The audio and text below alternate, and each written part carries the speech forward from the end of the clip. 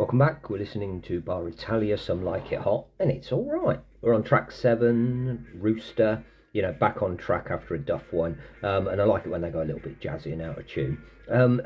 Still don't believe they're quite as sinister as they're pretending to be. Feels like middle class angry a little bit, but her vocals on this are a highlight, and she is the star for me.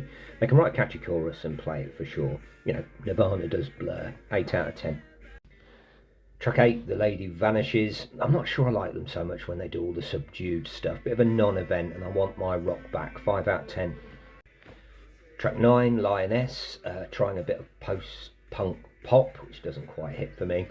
They're trying to do something different because they feel like they have to at this point in the album. Bit of a dip in the album overall for me. All a bit filler and maybe a little bit lazy. 6 out of 10.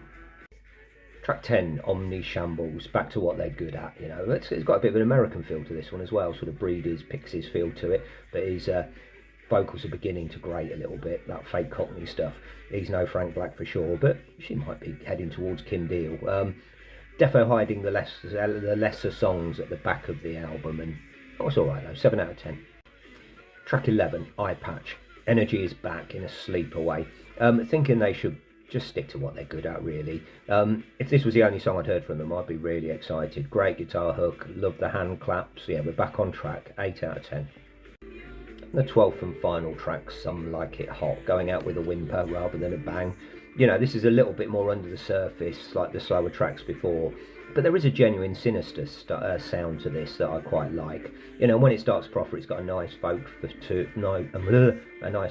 feel to it. Tindersticks came to mind.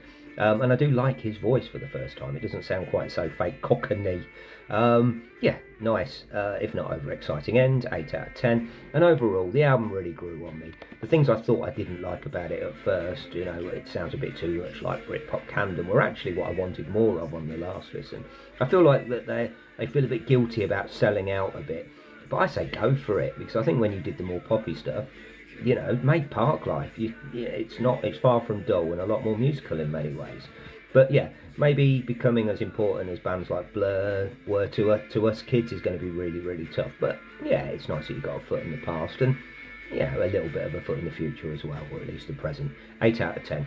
Hope you enjoyed the review. Please like and subscribe and look at my other 3,500.